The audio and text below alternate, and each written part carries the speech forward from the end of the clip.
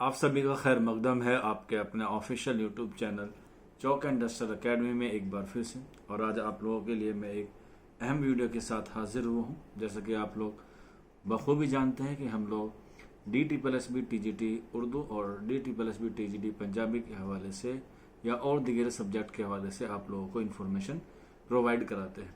तो उसी सीरीज़ में या कह सकते हैं उसी कड़ी में आज आप लोगों के लिए मैं एक अहम वीडियो लेके हाजिर हुआ हूँ। सबसे पहले बात कर लेते हैं जो हमारा अभी 810/24 और 809/24 का प्रोसेस चल रहा है, वो जो है वो हमारा कहाँ तक पहुँचा है।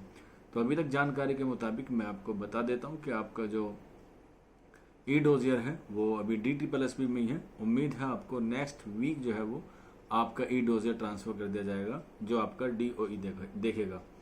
DOE आपको जो है वो डिफिशियंसी देगा जिन बच्चों के डॉक्यूमेंट वेरिफिकेशन का प्रोसेस होगा, और उसके बाद जो है वो आपका DV होगा।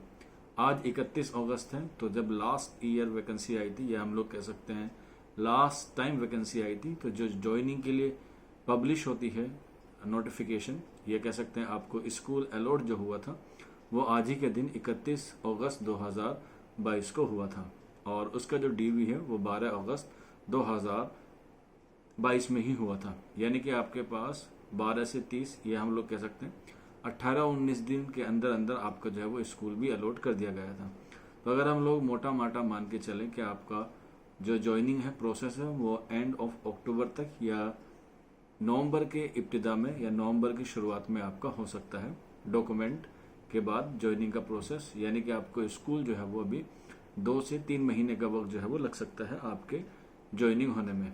जिन बच्चों की अभी डॉक्यूमेंट वेरिफिकेशन नहीं हुई है वो थोड़ा सा वेट कर लीजिएगा।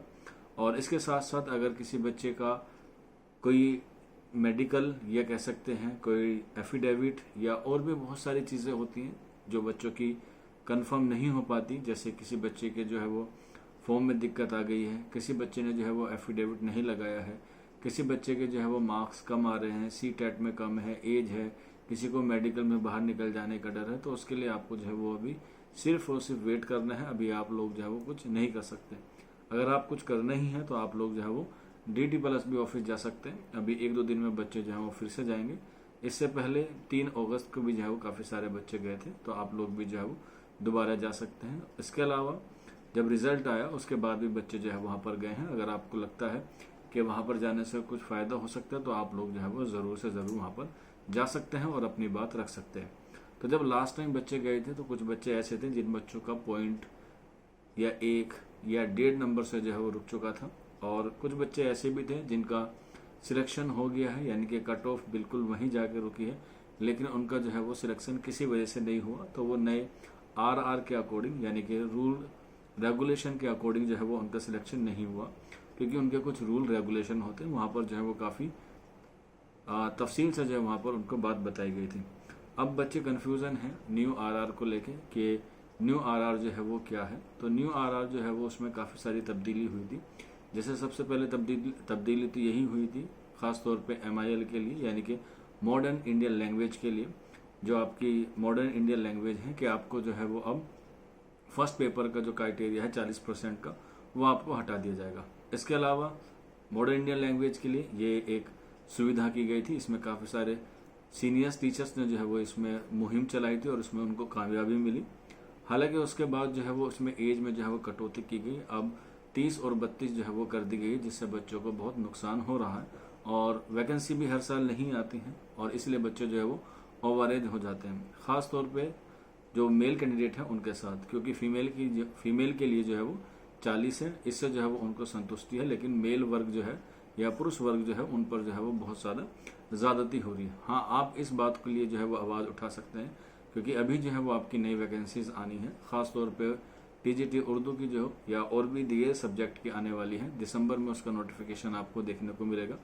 आप लोग जो है वो अभी से इस बारे में जो है वो अभी से लग जाइएगा। अगर आपको लगता है कि इस पे केस करना चाहिए, न्यू RR को चेंज करना चाहिए, तो आप लोग जो है वो अभी से एडवोकेट या कुछ और डॉक्यूमेंट्स या हम लोग कह सकते हैं पूरा प्रोसेस जो है वो अभी से जान लीजिए, और अभी से जो है वो इस पर जो है वो थोड़ी सी रिसर्च करना शुरू कर दीजिए। जैसे ही नोटिफिकेशन आने के चांसेस होंगे हम आपको बता देंगे। उससे पहले जो है वो सुगबुगाहट हो जाती है, आप लोग जो है वो उस पर भी चर्चा कर सकते हैं। और जो बच्चे अभी 809 24 या 810 बटे के लिए केस करने की सोच रहे हैं, उनसे मोअत्तबाराना दरख्वास्त है कि आप लोग अभी कुछ ऐसा कदम मत उठाइएगा कि 5 की जगह 500 बच्चों का जो है वो नुकसान हो जाए। बिल्कुल बात आपकी भी जायज़ है, क्योंकि आपका जो है वो एक नंबर या पॉइंट नंबर से रुका हुआ है, लेकिन जिन बच्चों का ऑफिशियली सिलेक्शन हो चुका है उनको आप लोग जो है वो मत छीनिएगा। हालांकि बहुत सारे ग्रुप में या बहुत सारी चीज़ें ऐसी निकल कर आ रही हैं कि जो है वो बच्चे जो है वो एक दूसरे के क्या हो गए हैं, अगेंस्ट हो गए हैं।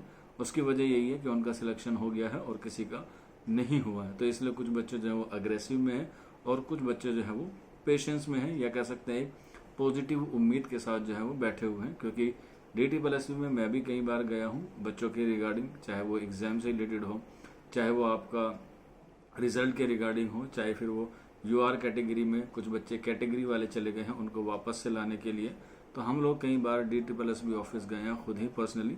तो लास्ट टाइम जो बात हुई थी वो मैंने पिछली वीडियो में बता दी थी, दोहराने का यहाँ पर कोई मतलब नहीं बनता। अगर आपको वाकई में कोर्ट केस करना है या आप लोग चाहते हैं करना, तो आप लोग इस पर कीजिए कि RR जो है वो चेंज किए जाएं और उसमें जो है वो एज का क्राइटेरिया जो है वो बढ़ा दिया जाए।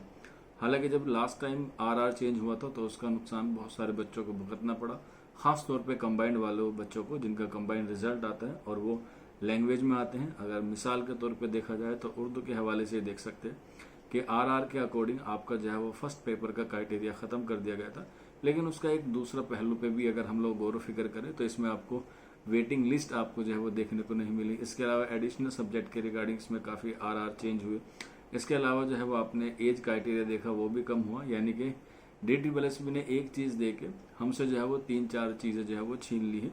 अब वो DT+B रिकॉल नोटिस भी चेक नहीं करता है, क्योंकि उन्होंने न्यू RR के अकॉर्डिंग जो है वो ये सारी चीज़ें करी हैं। और वो कब RR चेंज कर देते हैं इसका भी ज़्यादा बच्चों को इल्म नहीं होता, क्योंकि सब बच्चे जो है वो DT+B की वेबसाइट जो है वो चेक नहीं कर पाते।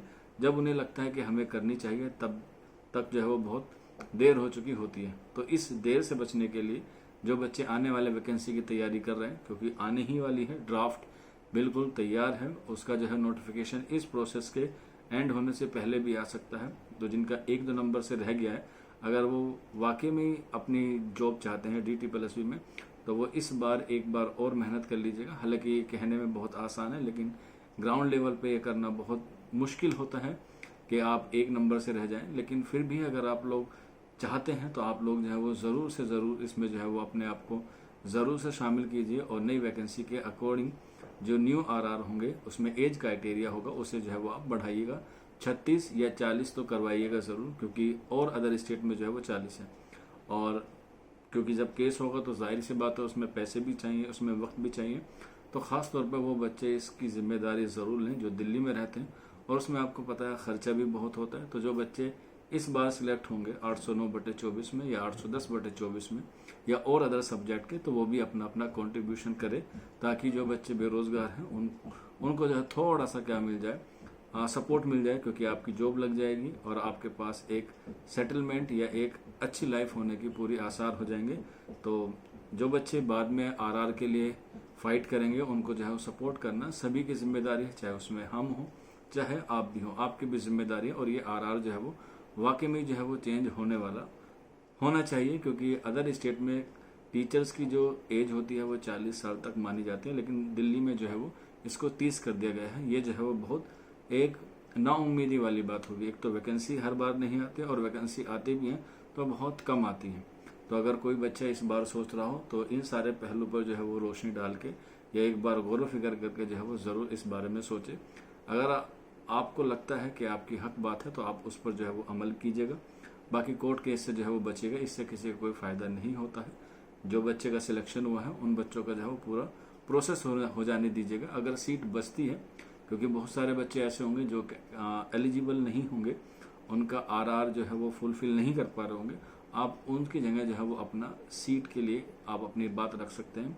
सप्लीमेंट्री रिजल्ट जो है वो पहले भी आया है, हालांकि वो अदर सब्जेक्ट का था, लेकिन आप कंबाइंड रिजल्ट का हवाला देकर जो है वो उनसे कह सकते हैं। उस पर आप लोग कोर्ट केस कर सकते हैं कि सीट खाली है और हमारा स्कोर ये है, आप जो है वो हमें इसमें चांस दीजिए। तो उम्मीद है आपकी बात जो है वो सुनी जाएगी और उम्मीद है आप लोग जो है वो इस बात को भी समझेंगे। इस छोटी सी वीडियो में कहने का सिर्फ हमारा मकसद इतना सा है कि आप आने वाली जो वैकेंसीज हैं दिसंबर में, खासतौर पर उर्दू वाले तालिब इल्म अपना RR चेंज के लिए अभी से आवाज़ उठाइएगा।